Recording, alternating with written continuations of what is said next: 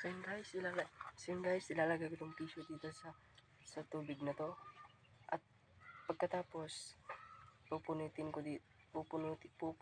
ko na walang natatapon. Itatapon ko na walang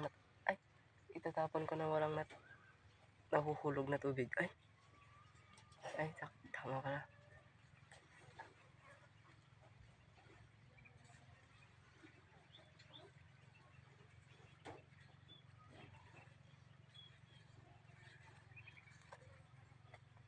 So guys, tapos na. Tignan mo. Walang natatapon. Oo nga. So ngayon, pagkatapos ang ginawa kong prank kay Nanoy, andito na naman kami. Abay. Ayan. Abay, Noy. Mag-aano kami ng nyob na